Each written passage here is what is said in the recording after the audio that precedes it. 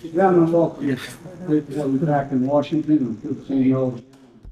Mr. President, Mr. Prime Minister, it's an honor to welcome you to the historic anniversary. As I mentioned, 25 years ago today, very today, Poland joined NATO. Some of you may remember I was very involved when that happened. And during that ceremony, the former Secretary of State, Madeleine Albright, made this following statement. She said, when we stand together, no force on earth is more powerful. Standing together, no force on earth is more powerful. I believe that then, and I believe it now. And we see it as Polish and American troops serving side by side in NATO, the eastern flank, including in Poland. And we see it in our commitment to strengthen NATO's collective defenses. I want to pause here and note that Poland is spending nearly 4% of its gross domestic product on defense, much of it purchasing American weapon systems and aircraft. And it's double the NATO commitment, 4%. We also see in our support for Ukraine and the force of Putin's vicious onslaught against Ukraine in a way that is just more than described. I want to thank you both for Poland's unwavering security and humanitarian assistance, including welcoming about 1 million Ukrainian refugees. As my mother would say, God love you. You're doing God love you. You really are. It's incredible what you're doing. Polish people are doing it. Today, the United States is announcing an emergency package for Ukraine using cost savings from previously approved Pentagon contracts. The package includes munitions and rounds to help Ukraine hold the line against Russia's brutal attacks in the next couple of weeks. I have the authority to do without asking Congress for more money than what I've asked them for. And so it's not nearly enough what we're announcing today. Congress must pass the bipartisan national security bill now, which includes urgent funding for Ukraine. We must act before it literally is too late. Before it's too late. Because as Poland remembers, Russia won't stop in Ukraine. Putin will keep going, putting Europe, the United States, and the entire free world at risk, in my view. So thank you both again for being here at this critical time. And with that, Mr. President, I hand it over to you. Lord Julius.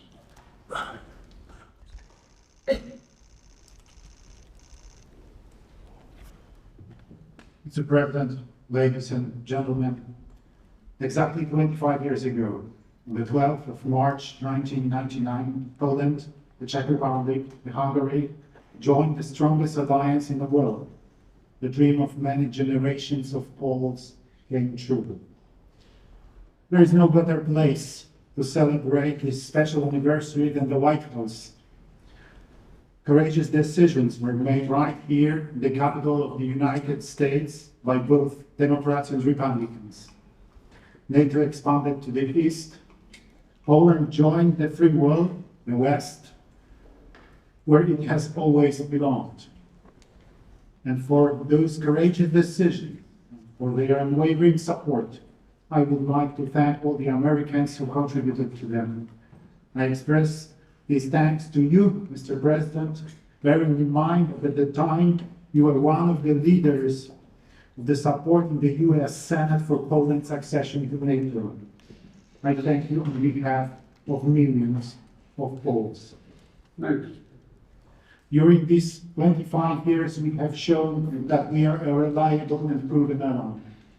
Even when our soldiers fought side by side with American soldiers in Iraq and in Afghanistan. Poland knows, like a few other countries in the world, that security comes at a price. That is why we spend more than 4% of our GDP on maintaining and modernizing our armed forces. This is the highest percentage in the alliance. Russia's aggression against Ukraine clearly demonstrated that the United States is and should remain the security leader. But other allies must take more responsibility for the security of the alliance as a whole. That is why I believe it's necessary for all NATO countries to increase their defense spending from 2 to 3% of GDP. 2% was good 10 years ago. Now, 3% is required in response to the full-scale war launched by Russia right beyond NATO's eastern border. We Poles believe in America. We believe that Poland and Europe need more America, militarily, politically, and economically. More American spirit in thinking and acting. I have had the opportunity to discuss this point with Mr. President on many occasions. Also, when we received you twice in Poland.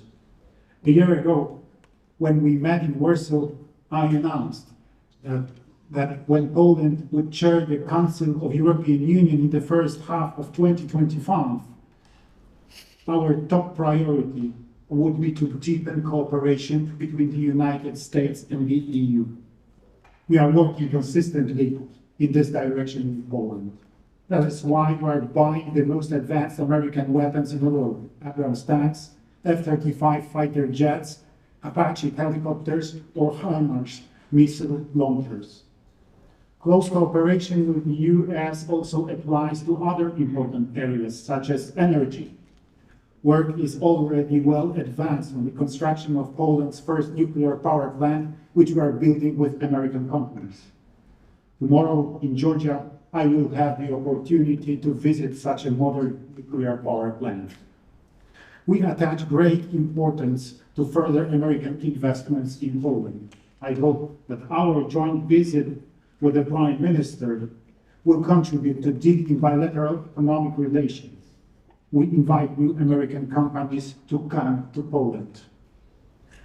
Today's visit sent an important message, one that confirms the strategic nature of Polish-American relations, which we want to develop further. Thank you very much. Mr. Prime Minister.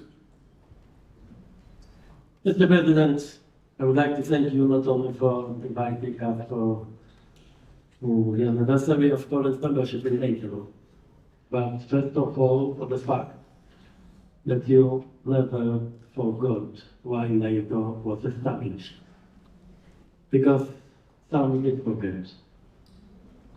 So let me recall the opening words of the Washington Treaty, and I quote, "The parties to this treaty are determined to safeguard the freedom, common heritage and civilization of their peoples, founded on the principles of democracy, individual liberty, and the rule of law."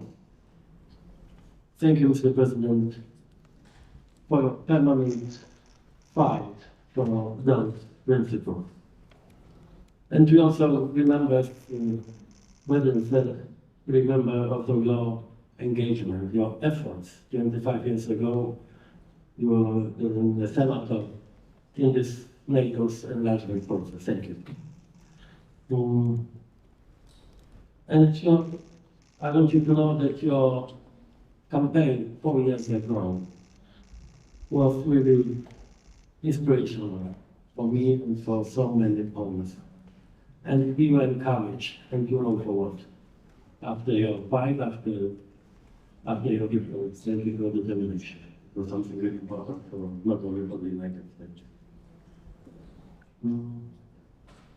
Today, I'd like to pass on to you, on behalf of Poles, just one message.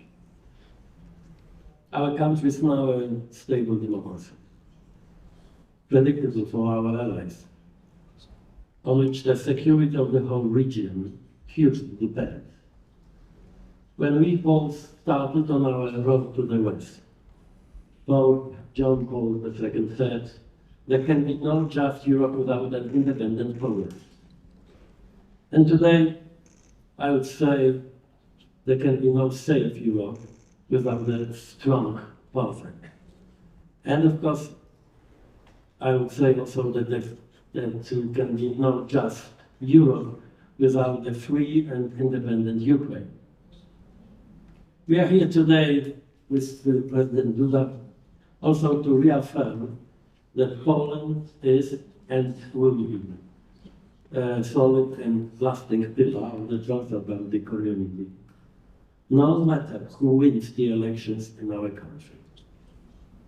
We treat our obligations seriously, more than anyone else in Europe. And we hope that none of our NATO partners will undermine the most important obligation of all, which is Article 5 of the treaty. There are still great challenges ahead of us. So let us stand firm with the President and always together. Thank you. Mr. President. Mr. President, why don't you want to take more to the point? Mr. President. Mr. President. First testimony. Thank you again for being here. America's commitment to Poland honor. We mean what we say. An attack on a single inch of soil made our partners, an attack on all of us. And that's what keeps us all safe, mind me. And we look forward to our conversation, working together in the years ahead. And as Secretary Albright said, we stand together as allies. We do that, no force to our. Thank you.